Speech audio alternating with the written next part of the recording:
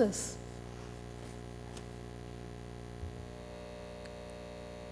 The thinking. So as I would just recall, today's Deccan Herald, it has been the one concept in the approach of learning has been published, which speaks about confusion can be a good for learning. According to the US, researchers have found that by strategically including confusion on difficult topics, people actually learn more effectively and were able to apply their knowledge to new problems. So this research of applying confusion to any particular concept, the children are thrown into questioning, inquisitiveness, which gives a broader perspective in deriving at solutions to the various problems that appear in their learning process. So thinking right. So thinking is one broader concept which cannot be deciphered. For example,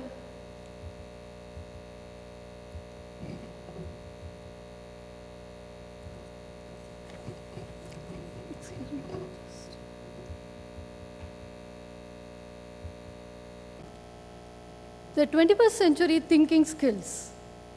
As you are able to see, the adaptability and managing complexity, self-direction, curiosity, creativity, and risk-taking, and higher order thinking and sound reasoning. So thinking is a very unique concept in itself. For example, when we say respect brings happiness, this statement can have a contradictory opinion. So respect brings happiness. For some, it is yes, and for few, it may not be, and some may be neutral. Again, how a child thinks about a particular statement becomes very important and unique. You can find students who are better learners only through the right attitude of thinking and the positive reinforcement. If the right thinking abilities are not fostered, then the learning skills cannot be developed. Effective communication.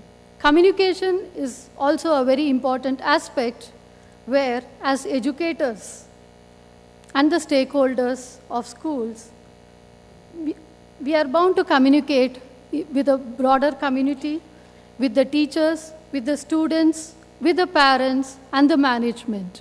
The effective communication, the ability to collaborate, and with the interpersonal skills, and the ability to social networking, and with the civic responsibilities, all this plays a greater role in effective communication.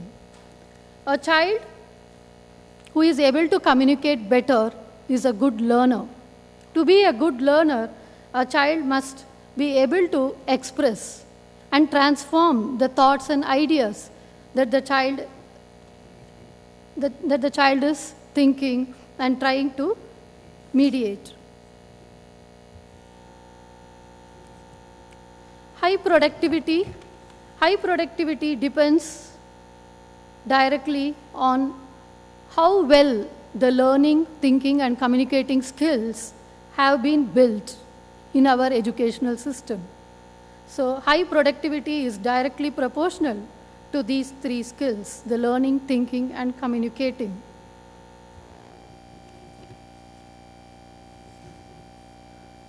So the need for digital age. So in the panel discussion, it was discussed that it can be yes and it can be no. It can be a welcome or a disapproval. It can be an approval or a disapproval, or you may feel that technology cannot be a whole and soul of the present educational system. But as the society changes, the skills needed to negotiate the complexities of life also changes. To achieve success in the 21st century, students also need to attain proficiency in science, technology, and culture, as well as gain a thorough understanding of information in all its forms, keeping in pace with the fast-growing global technology.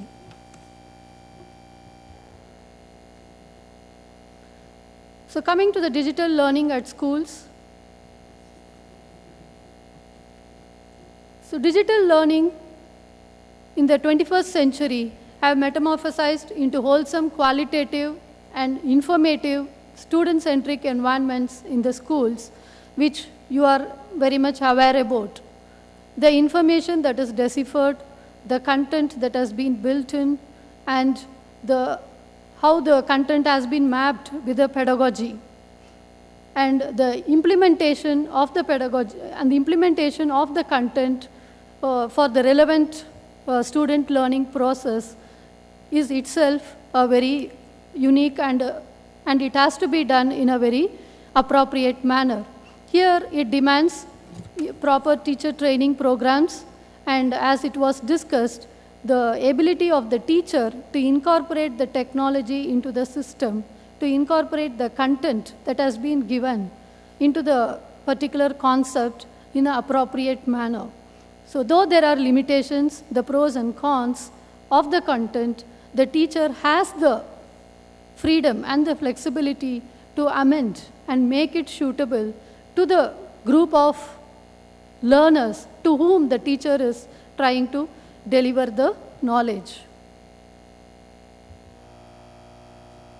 The role of technology. Technology influences learning in three significant ways. Technology can be a driver of change, a bridge to academic excellence, and a platform for informed decision-making and accountability.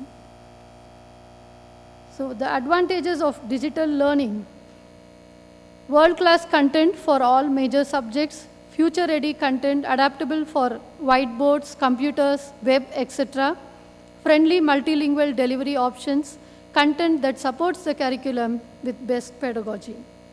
Effective multimedia-based instructional medium that is swiftly turning simple classrooms into interactive rooms. Blank-faced students gazing at blackboards can now be seen participating, enjoying and learning even the most complex of modules with a smile on their faces and spring in their stride. Innovatively drafted and ably engineered canvas of rich text, audio, still images, animation, video and interactive course content has already succeeded in assuring the era of student-centric environments in schools.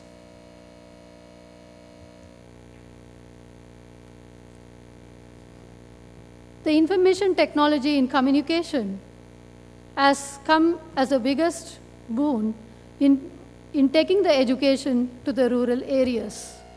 The information communication technology has paved the way by broadening access, making education more inclusive, reaching to the people who are cut off from the mainstream, disseminating information and knowledge. So the inclusive education that we talk about is not only to the rural areas, it is also meant to within every school in the urban area, the 10% of students may be unable to keep in pace with the rest of the learners. So the ICT can play as an important tool in helping at least 80% of the students to understand the content that is being presented. Looking at the scope, the learning ecosystem is not only about school building, but involves the use of technology to collaborate the home, school, government, and community in order to bring the wider world into a day-to-day instruction. It facilitates students with rich array of learning opportunities, scope for accountability and achievement, contributing to economic competitiveness. So here we say that technology is an efficient tool to collaborate home, school, government, and community. So in most of your schools, it will be a common practice to send homeworks using technology. The day's homework will be posted to the parents using technology, and the regarding the parent meetings, the dates for parents meetings is also being posted to the parents using the technology, and this way the bridge between the parents and the school is being established. And there are also many products in the market, and in one of the counters in the morning they were briefing how if the teacher for a day is absent or if she is on leave, then even that information can be passed to the parents. And because on the timetable the period of English is there, English or science, but for the parents, and if the student does not respond telling what happened during the English period, it is the responsibility of the school to give the note that this particular teacher was on leave and nothing has been done during that, so that the children need not be put into a torture. But how far do you support this is again a question. Here, what I am trying to say is technology is a boon, but it is not the one which is going to steal the responsibility that need to be built in students. The barriers of digital age, lack of teacher training, lack of access, quality and equity amongst the users, ample time required for experimentation and implementation, lack of willingness to let go of the traditional ways of learning. Digitizing not being able to meet individual needs in classroom situation, high cost of technology and resources, and operational failures, which was discussed very broadly. You can look into the various ICT tools that are existing in today's scenario. The language labs, which have come as a big aid in imparting the language skills, and the tablets and the smart classrooms, and so on. So there is, though we say that technology is a tool and it is a supplement to the learner and to the teacher and the taught, but we should not mistake that technology is going to be all in all, and there are many disadvantages which we can perceive in our day-to-day implementation.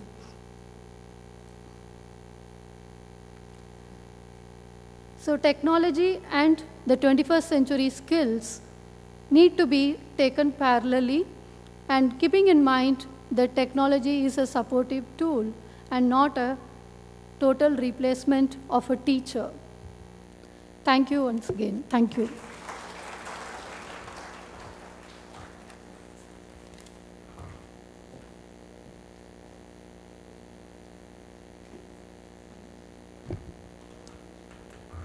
Thank you very much, ma'am. With so much of technology and so much of education, I'm getting heavy on my head. I'm going to share a small little thought which came to my mind. When I was young and I was in school, I used to be so petrified when my teacher told me, "You have to bring your mother tomorrow, your results are out." And just like in that video, you saw the child standing.